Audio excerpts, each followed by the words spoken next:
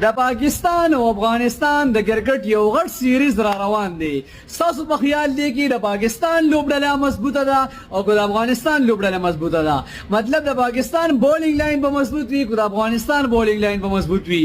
او ستاسو په خیال په دې سیریز کې به کوم یو بالر ډیر زیات ځلیږي؟ په کمنټس کې راته لازم ووایئ. ستاسو په خیال شاهد افریدي ښه آلراونډر او راشد خان ښه آلراونډر دی؟ دې وخت کې فیسبوک باندې خلک لګیا دي، څوک وایي راشد خان ښه آلراونډر دی، څوک وایي شاهد افریدي ښه آلراونډر دی. که موږ ورته وګورو نو شاهد افریدي د خپل وخت یو بهترین بیټسمین هم پاتې شوی دی او ورسره بهترین لیګ سپینر هم و. مطلب خوښ ډیمانډ نه بیا چې کوم دی سرمن په بل طرف اړوله.